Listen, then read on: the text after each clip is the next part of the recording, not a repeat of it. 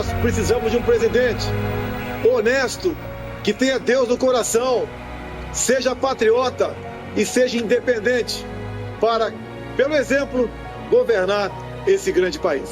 Um presidente que honre e respeite a família, que trate com consideração criança em sala de aula, não admitindo ideologia de gênero. Cuando se presentó como candidato a presidente de Brasil en 2018, Jair Bolsonaro llevaba 7 mandatos como diputado por Río de Janeiro. Su actividad en la Cámara fue modesta. Solo 2 de sus proyectos fueron aprobados en más de 27 años. Antes de eso había sido capitán del ejército, donde ingresó como cadete y se consolidó como paracaidista. Era revoltoso, se quejaba por los bajos salarios y se rebelaba constantemente contra sus superiores. Hace 4 años, cuando se lanzó a la carrera presidencial por primera vez, con Lula todavía como candidato, Bolsonaro era más conocido por sus polémicas que por sus ideas. Era un personaje recurrente en la televisión que gobernaba también un imperio digital en redes sociales con la ayuda de sus hijos. Um presidente que não divida homos e héteros, pais e filhos, nordestinos e sulistas, brancos e negros, ricos y pobres. Hoy, sobre el final de su mandato, la economía de Brasil se encuentra al borde de una recesión. La sociedad carga con los traumas de una pandemia que mató a casi 700.000 personas y el país más importante de América Latina se convirtió en un paria en el escenario internacional. Pero aunque ya no sea el favorito en las encuestas, es indiscutible que Bolsonaro es protagonista del mapa político de Brasil y lo va a seguir siendo. Precisamos de um presidente que acima de tudo tenha a palavra. Brasil acima de tudo, Deus acima de todos. En este episodio vamos a intentar entender por qué. Esto es La Revancha, un podcast de Cenital sobre las elecciones presidenciales en Brasil. Acordate que podés suscribirte y activar la campanita para cuando haya novedades. Mi nombre es Juan Elman y es un placer darte la bienvenida. Empecemos. Para explicar el ascenso de Bolsonaro tenemos que mirar lo que pasó en Brasil en 2013, en 2015 y en 2018. Él es Rafael Rezende, doctor en Sociología de la Universidad del Estado de Río de Janeiro. Hubo una gran movilización nacional en Brasil en 2013 que tenía algo de que se vayan todos, de una baja creencia en los sistemas políticos de Brasil, en los sistemas electoral de Brasil, en el sistema partidario de Brasil. Bolsonaro estuvo 30 años en el Parlamento de Brasil, pero surge como una especie de anti-establishment. Yo soy el nuevo, yo voy a limpiar este sistema político corrupto, sucio, y vengo a traer moralidad. O sea, siempre trabajó mucho con la idea de la moral, de la defensa de la familia, de la familia cristiana y de un Brasil cristiano donde está el país, Dios arriba de todos. Bolsonaro capitalizó el hartazgo que se respiraba en las protestas contra Dilma en 2013 y 2015 y que se profundizó durante el Lava Jato. Ese proceso, que golpearía tanto la legitimidad del PT y lo dejaría sin su principal candidato, fue fundamental para alcanzar su protagonismo político. Y si quedaba alguna duda del vínculo entre Lava Jato y las elecciones, el propio Bolsonaro se encargó de dejarlo claro, cuando nombró a Sergio Moro, el juez de la causa, como ministro de Justicia y Seguridad. Moro divulgou uma nota oficial. Foi convidado pelo senhor presidente eleito para ser nomeado ministro da Justiça e da Segurança Pública na próxima gestão. Com um nome de peso, de uma pessoa que, por si só, pelo seu trabalho, demonstrou ao povo brasileiro que é possível sim combater um dos maiores males que temos na nossa nação, que é a corrupção. Bolsonaro también representaba agendas de grupos de poder que habían ganado protagonismo en Brasil en los últimos años. A esos sectores se los conoce como la Triple B: Biblia por las iglesias evangélicas pentecostales, Buey por el agronegocio y Bala por la industria armamentística y sus adeptos, desde milicianos hasta militares. Pero ya hablaremos de los uniformados en otro capítulo. A esta Triple B, Rafael suma el sector liberal, empresarios y actores del mercado financiero que se acoplaron a Bolsonaro por sus promesas de privatizaciones y desregulaciones. Incluso tuvieron su propio embajador en el gobierno. Hablamos de Paulo Guedes, el Chicago Boy que ofició de ministro de Economía durante toda la gestión. O Brasil tem por filosofia uma maior integração.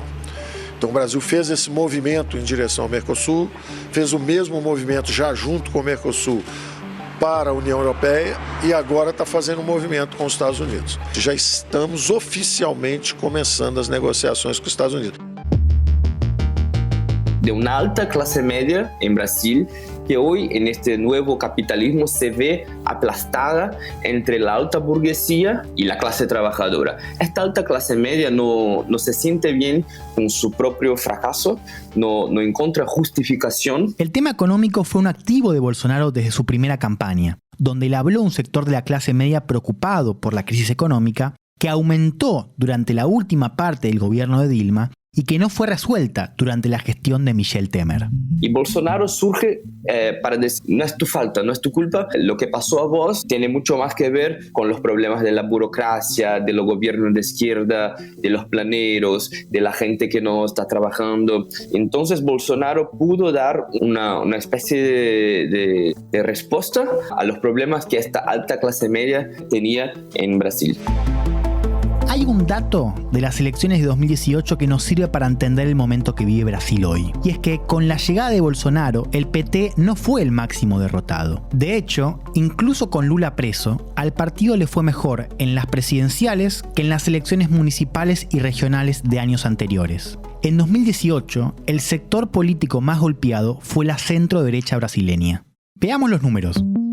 El PSDB, el Partido de la Socialdemocracia Brasileña, cuyo candidato era Gerardo Alckmin, que hoy es compañero de fórmula de Lula, obtuvo menos del 5% de los votos. El MDB, el partido de Michel Temer, no llegó ni siquiera al 2%. Y algo parecido pasó en el Congreso. Lo que Bolsonaro logró fue sacar la derecha tradicional de la cancha, para así decir, y decir, no, yo soy el tipo que puede vencer al Partido de los Trabajadores después de 4 elecciones que ellos ganan, que iban a seguir ganando porque cuando se vuelven los temas económicos, el Partido de los Trabajadores tiene mucha fuerza. O sea, la derecha tradicional perdió fuerza. ¿Por qué? Porque no podía competir con una derecha que te decía, no, yo soy la derecha de verdad, yo soy el defensor de la familia, yo soy el tipo que se puede combatir estos comunistas, estos ladrones, estos chorros.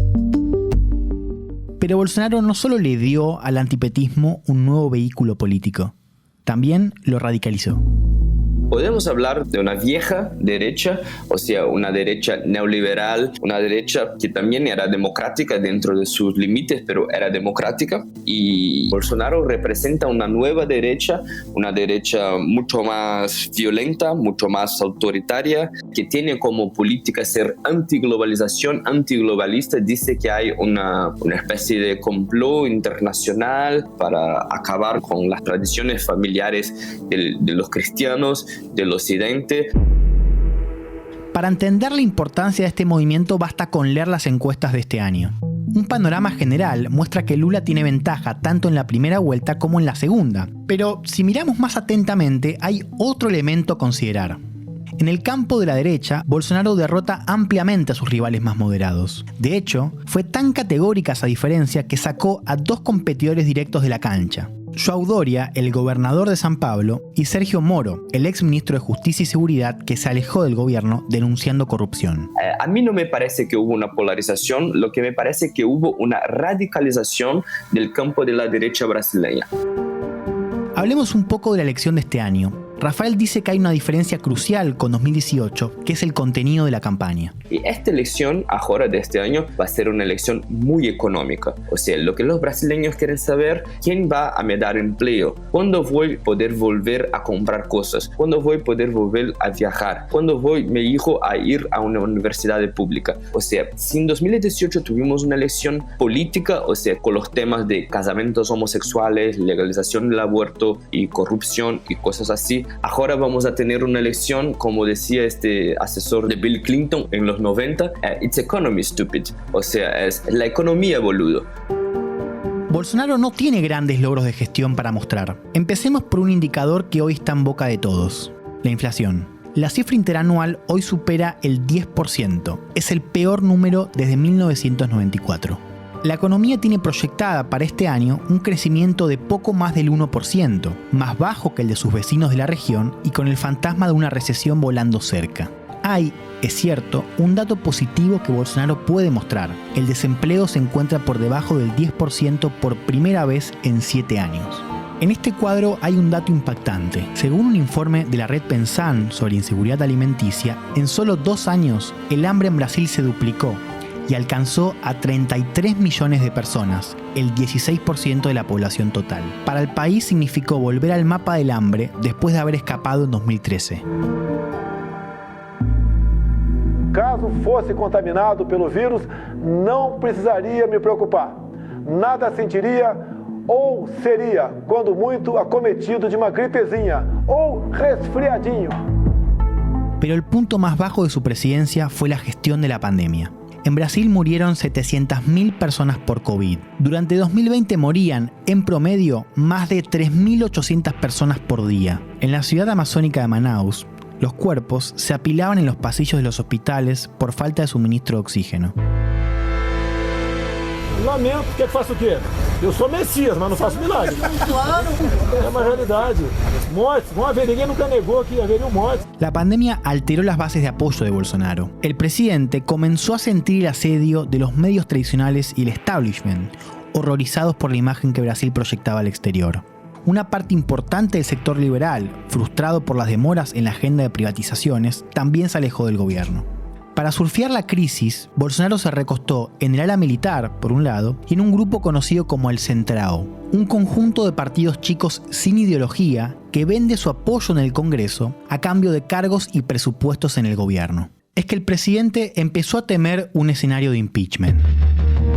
Además de la pésima gestión de la pandemia, su gobierno también perdió la bandera de la anticorrupción. O grande problema de realizar essa troca, primeiro, haveria uma violação de uma promessa que me foi feita inicialmente, que eu teria carta branca. En abril de 2020, Sergio Moro renunció luego de denunciar que Bolsonaro quería intervenir en la Policía Federal para proteger a su familia de investigaciones judiciales. Investigaciones sobre presunto lavado de dinero, vínculos con grupos paramilitares, organización de campañas de fake news y amenazas de golpe de Estado contra el Congreso y el Tribunal Federal.